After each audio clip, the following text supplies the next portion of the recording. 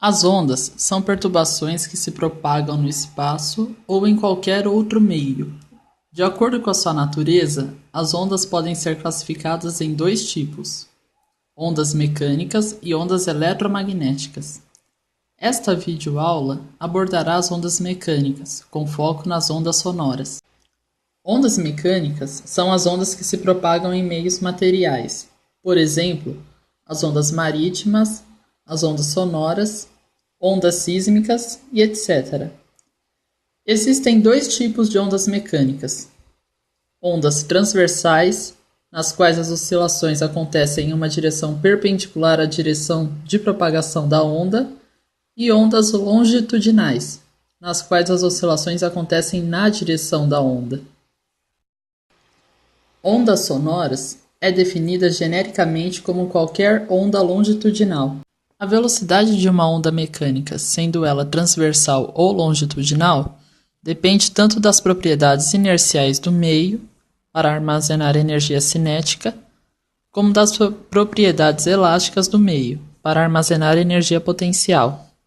Assim, podemos generalizar a equação que fornece a velocidade de uma onda transversal em uma corda, escrevendo V igual a raiz de tal sobre μ, em que, para ondas transversais, tal é a tensão da corda e μ é a massa específica linear da corda.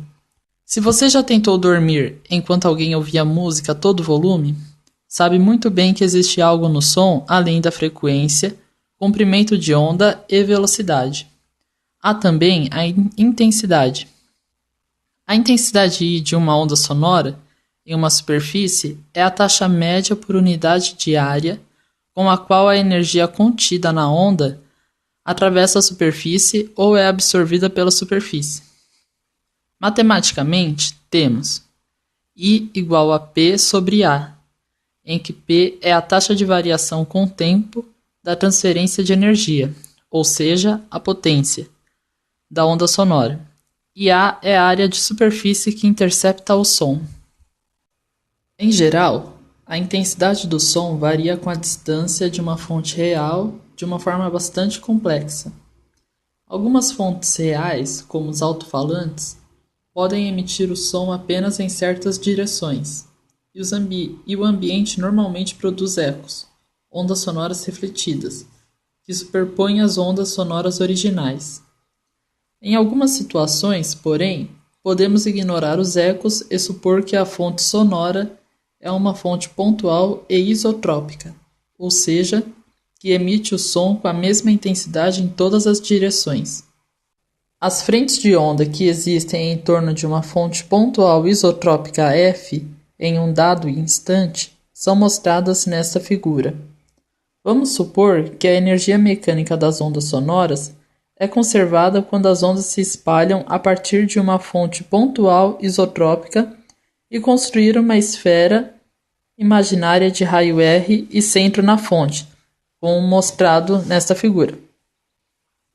Como toda a energia emitida pela fonte passa pela superfície da esfera, a taxa com a qual a energia das ondas sonoras atravessa a superfície é igual à taxa com a qual a energia é emitida pela fonte, ou seja, a potência PS da fonte. A intensidade I da onda sonora na superfície da esfera é dada por I igual a PS sobre 4πr², onde 4πr² é a área da esfera.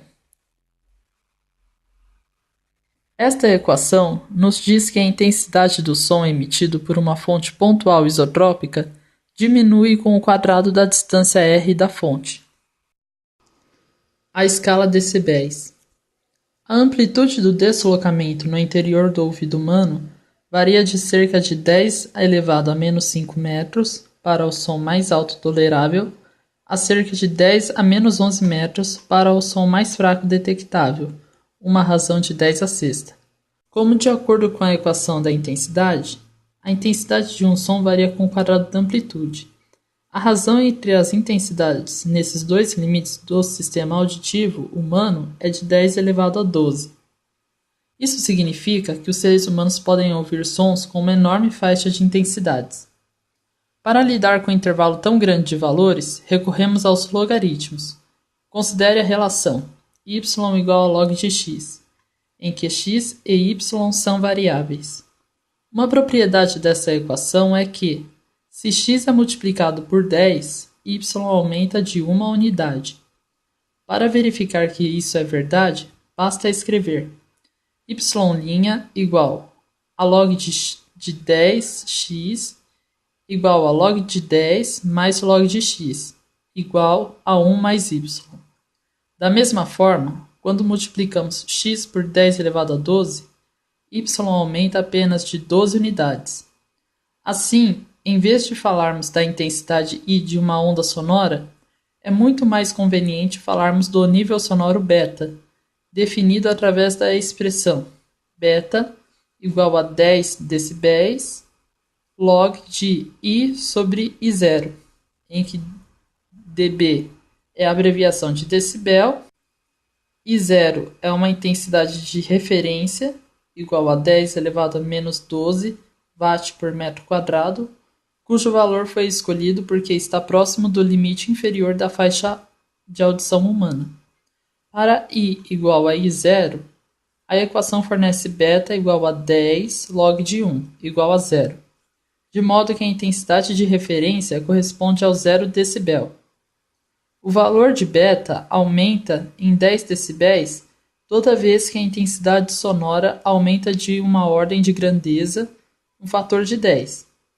Assim, beta igual a 40 corresponde a uma intensidade 10 elevado a 4 vezes maior que a intensidade de referência. Alguns níveis sonoros, em decibéis, já foram calculados. O limiar de audição é considerado como 0 decibéis. O farfalhar de folhas é considerado como 10 decibéis. Uma conversa como 60 decibéis. Um show de rock como 110 decibéis. E o limiar da dor se inicia com 120 decibéis. Em compensação, uma turbina a jato chega a 130 decibéis. Um exemplo da intensidade sonora em decibéis. Muitos músicos veteranos de rock sofrem pela perda aguda da audição por causa dos altos níveis sonoros a que foram submetidos durante anos tocando música perto de alto-falantes ou ouvindo música em fones de ouvido. Alguns, como Ted Nugent, perderam totalmente a audição em um ouvido. Outros, como Peter Townshend, do The Who, ouvem sons inexistentes, tinido. Recentemente, vários músicos de rock, como Lars Ulrich, da banda Metallica, começaram a usar proteções especiais nos ouvidos durante as apresentações. Um protetor de ouvido chega a diminuir até 20 decibéis o nível sonoro. Então, qual seria a razão entre a intensidade final IF e a intensidade inicial II? Tanto para a onda final como para a inicial, o nível sonoro beta está relacionado à intensidade através da definição de nível sonoro da equação da intensidade. Para a onda final, temos beta F igual a 10 decibéis log de IF sobre I0. E para a onda inicial, temos beta I igual a 10 decibéis vezes log de I sobre I0. A diferença entre os níveis sonoros é beta F menos beta I igual a 10 decibéis vezes log de IF sobre I0 menos log de II sobre I0.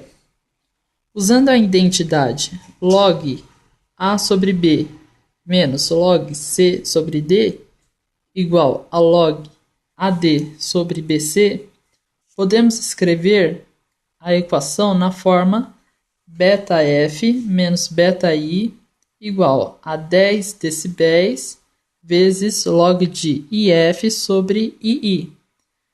Reagrupando os termos e substituindo a redução do nível sonoro beta F menos beta I por menos 20 decibéis, obtemos log de IF sobre II igual a beta-F menos beta-I sobre 10 decibéis, igual a menos 20 decibéis sobre 10 decibéis, igual a menos 2. Em seguida, tomamos o antilogaritmo de ambos os membros da equação. Embora o antilogaritmo de menos 2, que é 10 elevado a menos 2, possa ser calculado mentalmente, você pode utilizar uma calculadora digitando 10 elevado a menos 2 ou usando a tecla 10 elevado a x. O resultado é o seguinte: IF sobre II igual ao log de menos 1 vezes menos 2 igual a 0,010. Assim, o protetor de ouvido reduz a intensidade das ondas sonoras para 0,010 da intensidade inicial, o que corresponde a uma redução de 2 ordens de grandeza, ou seja, 10 elevado a 2.